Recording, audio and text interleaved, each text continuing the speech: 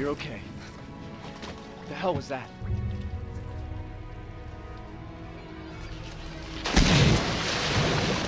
What the fuck?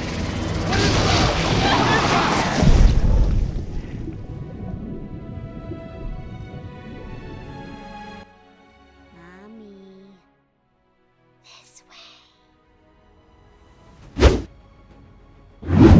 Welcome to my first review of 2017. This is going to be a review for Resident Evil 7 Biohazard. Let's get straight into this review and break it down, and let's talk about the game.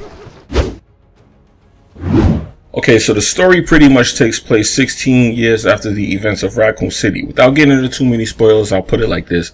You play as a survivor named Ethan who is looking for his missing girlfriend and is told that she's at this location that you have to come to. And when you get there, you find out that a new version of the E-virus, which is the virus that they're using now, is affecting the area and causing a lot of crazy things to happen. You have to solve puzzles, survive, and get through all of this, find your girlfriend, and try to get out of there alive. That's pretty much the story without getting into too many spoilers. Let's move on and break this game down even further. Controls. This is a section of the review where I talk about the meta of the game. Resident Evil 7 does have a lot of interesting things going on here because it's in first person instead of third person. Now honestly, I would have liked to have seen them put a third person option in the game. Now I don't know if it's because of the VR or whatever's going on, but there is only a first person. Now I'm not complaining because it actually works. It takes it back to the original Resident Evil. It takes it back to that horror feel, and it works. Believe you me, it definitely works. I was thrilled from beginning to end, and the controls cater to this perspective.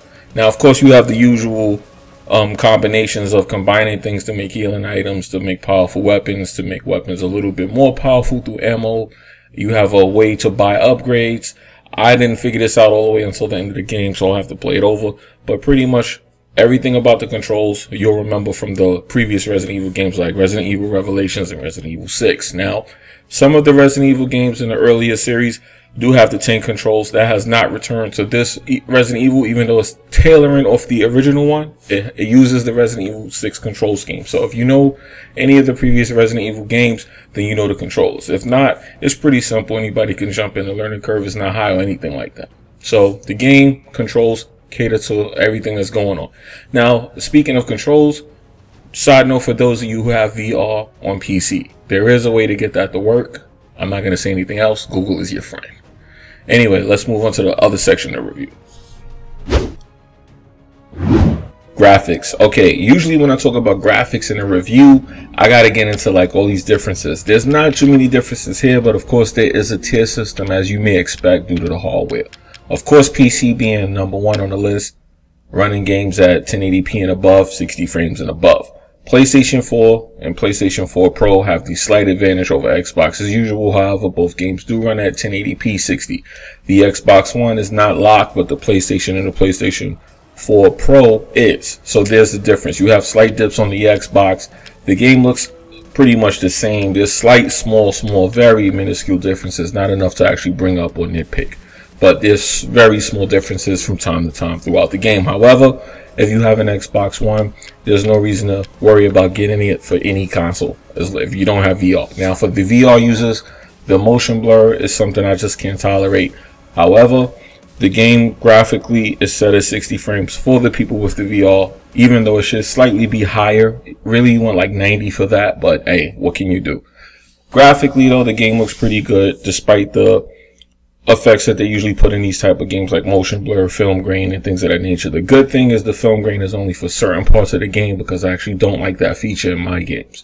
So I'm glad that it's only for the VHS segments and things of that nature, and they didn't just cram it down your throat throughout the game.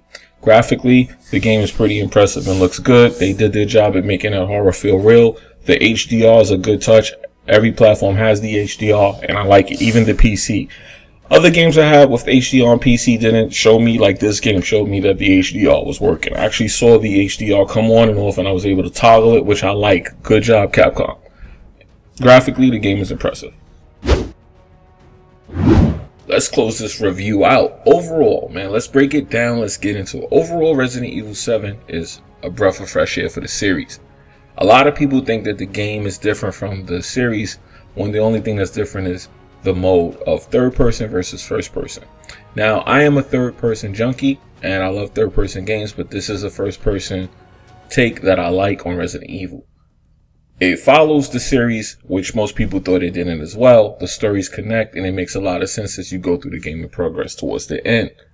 I have to say that due to the fact that I haven't played a game, it felt like something new was happening for so long, and I felt that with this game, it made me glad to be a gamer, and it made me glad that I got this game. I recommend that anybody try it.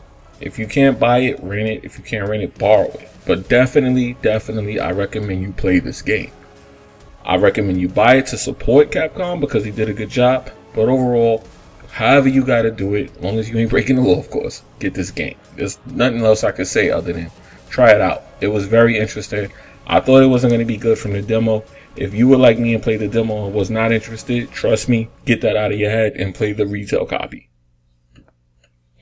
It's your boy Jimmybgaming. Let me know what you think in the comment section below. A lot of you guys should have this game in your console or on your PC by now, or probably even beat it. So let's talk about it. What did you think of Resident Evil 7?